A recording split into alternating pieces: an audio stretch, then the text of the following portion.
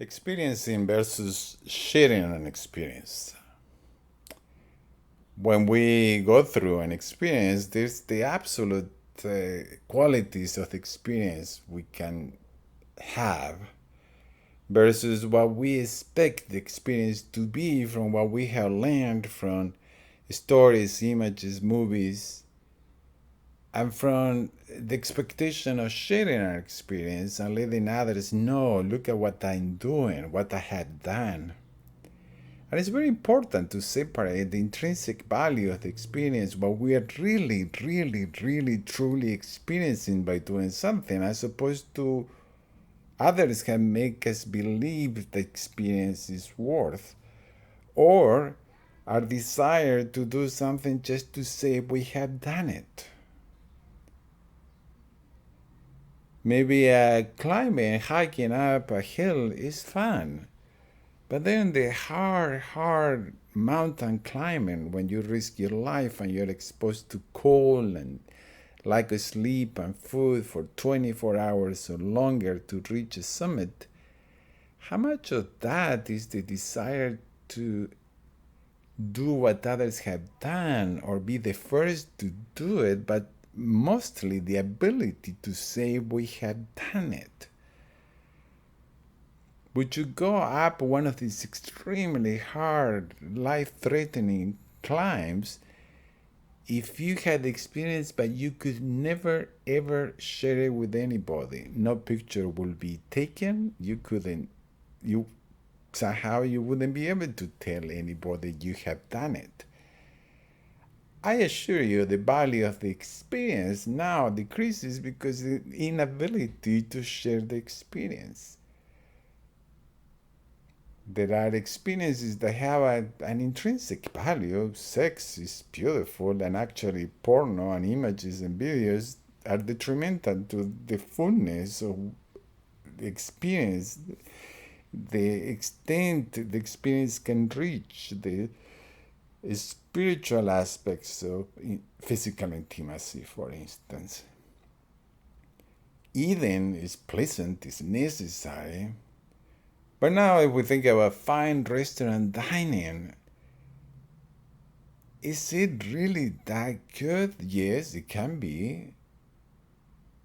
But we have had so much driven in the idea of fine dining being an extraordinary experience. How many times we have seen a movie or read a story or heard a story about somebody having gone to a very fancy restaurant and having a bad experience just because it wasn't that good and it's crowded and loud and by the end it would have been much more fun to grill in the backyard and eat at home with our friends. But again, we have this construct in our heads of how extraordinarily beautiful this experience is. And then we get to share it. We get to tell people we have been there. I have been to that restaurant that everybody says is that good, and now I'm repeating the same thing.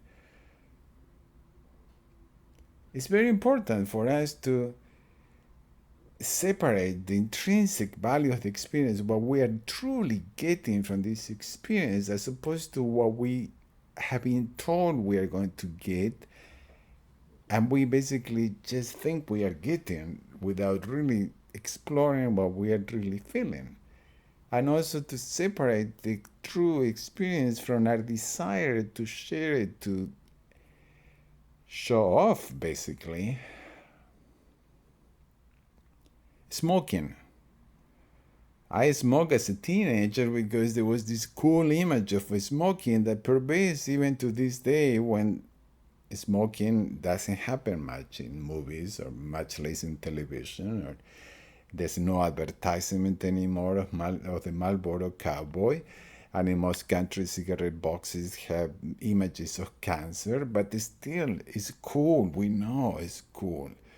So as a teenager, there's an incentive to try this cool thing everybody is doing.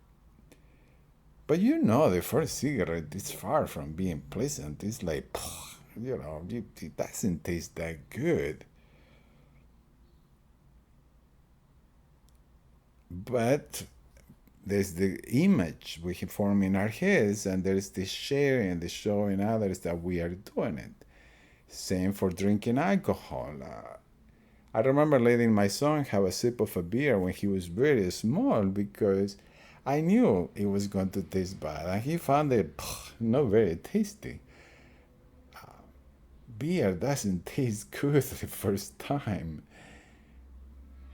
but we are told it does taste good, and we get a buzz, and we like that, and then we like to share having a buzz with friends in a bar. They like riding a motorcycle. How many images have we seen? How many movies of the freedom, the exhilaration, the strength of riding a motorcycle? Wind on your face, in your hair, the power, the landscape is always happening in an amazing landscape as opposed to traffic and smog. And we don't see motorcycle riders frequently in the rain or the snow in a movie. So if we finally get on a motorcycle, it's almost impossible not to try to relive the experience we were told we are supposed to have. And then we know we are showing off. People are seeing us on this motorcycle. We are the guy or the gal in the movie, usually the guy. But ultimately, we are driving a very loud, hot engine. We are sitting on an engine. Our balance is very precarious. We are exposing our breaking bones or worse at any moment. We are at the mercy of drivers of much bigger machines. But we put all this aside because we want to relive the experience we have been told we're supposed to have, and we want to share what we are doing. But again, there's a difference between experiencing and sharing the experience. If you ride a motorcycle and you really feel what you're feeling, and then enjoy it if that's what you like to do. But be careful, you're not being just being like a little robot that is being told what to feel about doing this. And this goes back to the consumer society that is telling us to get and do the things and have this trip to this place or own this object or that other object because that's going to make us happy. Maybe we had to really let go of that and experience what things really are, which surprisingly is not that easy.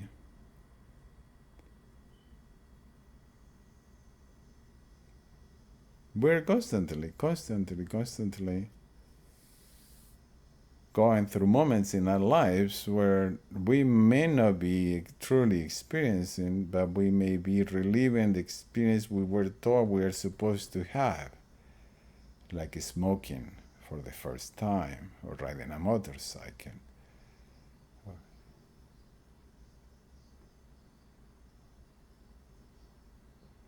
Or we are doing it to say we had done it. The proliferation now of social media where we can just go and show what we are doing.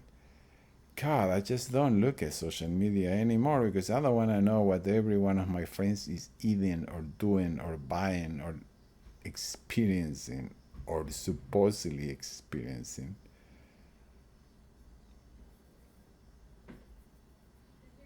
Just saying, just watch out.